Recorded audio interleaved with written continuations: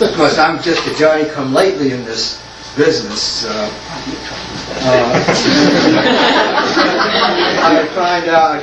have a little book here, which I came by when I was living in the French Underground. And this says Paris, 1927. It's a copy of a French edition of Ramazzini's book.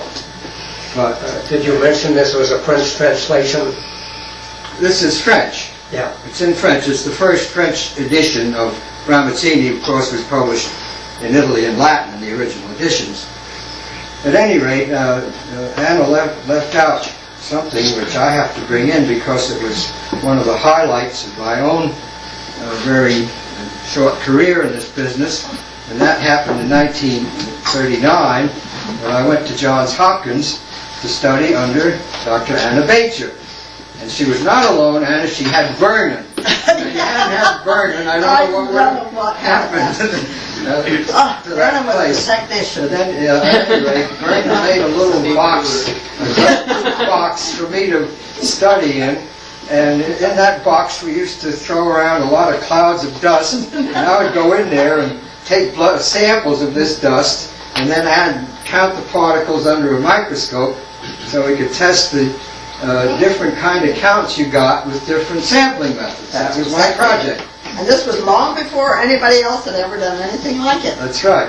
To them it seems unbelievable. Well, we skipped over from 1927, Go rather. back now. 1927, at which time, as I say, I was living in the French Underground, but I got out of that after a while, went to school, got a medical degree, and started studying internal medicine and hematology and things like that.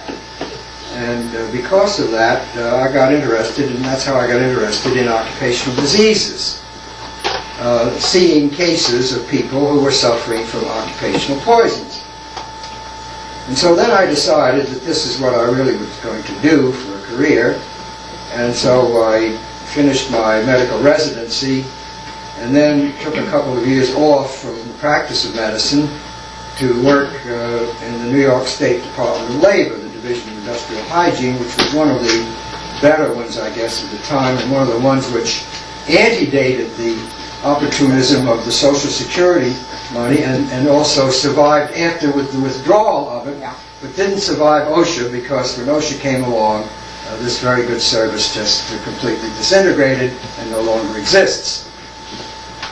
So anyhow, I worked there a couple of years and got a good deal of experience doing a number of studies in various industries and becoming acquainted with the whole business. At that time, we were called industrial hygienists. I was a senior industrial hygiene physician. And then later I became a professor of industrial hygiene at Columbia, but that was after World War II. I have to remember, Anna, that we had our war, that was World War II, but these people had several other wars, and we talk about the war. We mustn't assume that they know what our war was, as World War II. So after I spent 4.5 years in the Navy, in which I was, among other things, the first industrial health officer that the Navy ever had, and later, if you want me to spin some Navy yarns, I will. This is sort of a career recital now. I came out of the Navy in '46 and then went to work at Columbia University as professor of industrial hygiene again. It wasn't until the mid-'50s that I said, I think that industrial hygiene is now being recognized as something a little bit separate and apart from what we were brought up to do. We had to do all these things, run the instruments, do the blood, the dust counts, and all the rest of it.